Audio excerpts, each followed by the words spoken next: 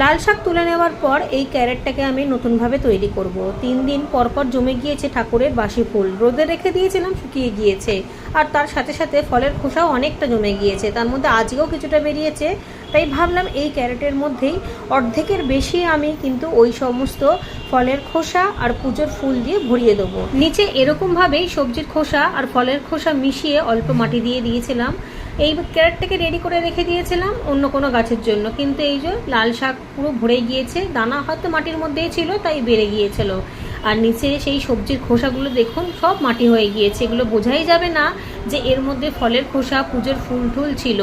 কত কম সময়ের মধ্যে জল পেয়েছে, সার পেয়েছে, কারণ মাঝে মধ্যে যেহেতু সর্ষের খোল জল দিয়েছি কত তাড়াতাড়ি মাটিতে পরিণত হয়ে গিয়েছে, অথচ মাটি নেই এক ফোঁটা। মিশো থেকে তো এখনো পর্যন্ত অপরাজিতার কাছে স্ট্যান্ড আসেনি, সেই কারণে আজকে 4টে লাঠি দিয়ে বেড়া বেঁধে দিয়েছি যাতে গাছটা এর ভেতর দিয়েই ভালোভাবে তৈরি হতে পারে।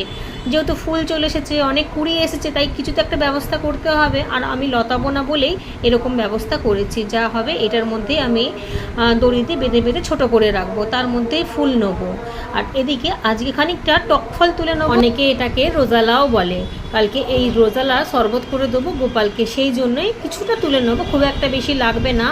খুব ভালো শরবতটা খেতে লাগে, বেশ টক টক। তার মধ্যে অনেকে মিষ্টি মিশায়, অনেকে মিষ্টি মিশায় না, তবে আমি একটু মিষ্টি মিশাই। এই দেখুন কতগুলো তুলে নিলাম, এখনও অনেক রয়েছে যেগুলো এখনও পর্যন্ত পাকেনি।